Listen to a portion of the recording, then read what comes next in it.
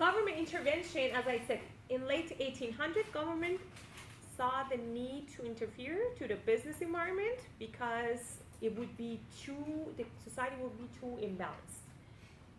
Very wealthy population, very small wealthy population, and the rest of the country would be very poor. So what they did, they started, first of all, they started putting a lot of regulations on monopoly. So companies cannot have monopolies. Price control, as we said, price fixing is different than price control. Price control is you cannot sell below the cost of production. So if this table basically produces in the United States about $10, you cannot sell it $5 because you have to be competitive, right? So that's why price control, tariff. A lot of us know about tariffs these days because it's a lot of talks on the news about tariffs, which is levy on imported products. When you import products from another country to the United States, you have to pay tariffs. So before that, it was no tariff, very, very easier in 1800, 1700. But right now, after late 1800, they started imposing tariffs, some tariffs.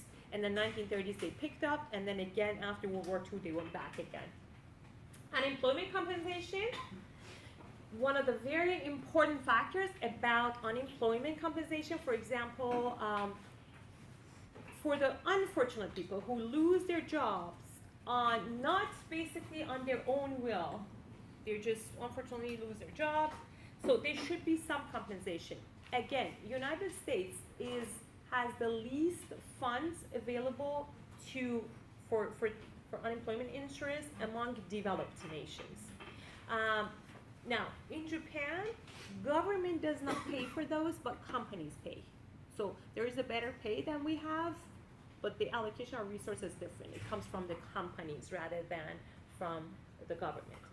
And other developed nations, as we know, like Germany and other ones, they have very good cuts. Not only for unemployment compensation, but all other insurances as well. For example, maternity leave, family leave, all of that are included, which they were added later in 1960s as well.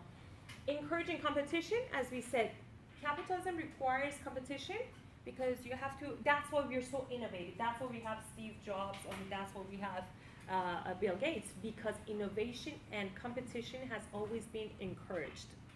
That's the base and foundation for capitalism.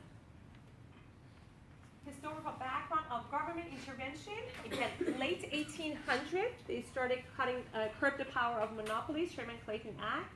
Regulations on railroads. So before that, it was not any regulations. So you see that they started late 1800s because they saw some needs to regulate some industries. So they started implementing regulations on railroads. 1930s, which the Depression started, it was the end of laissez-faire, which is government hands-off. Government hands-off after 1930s. A lot of regulations. Government started increasing tariffs, increasing quotas, close the borders, we don't want to do trade.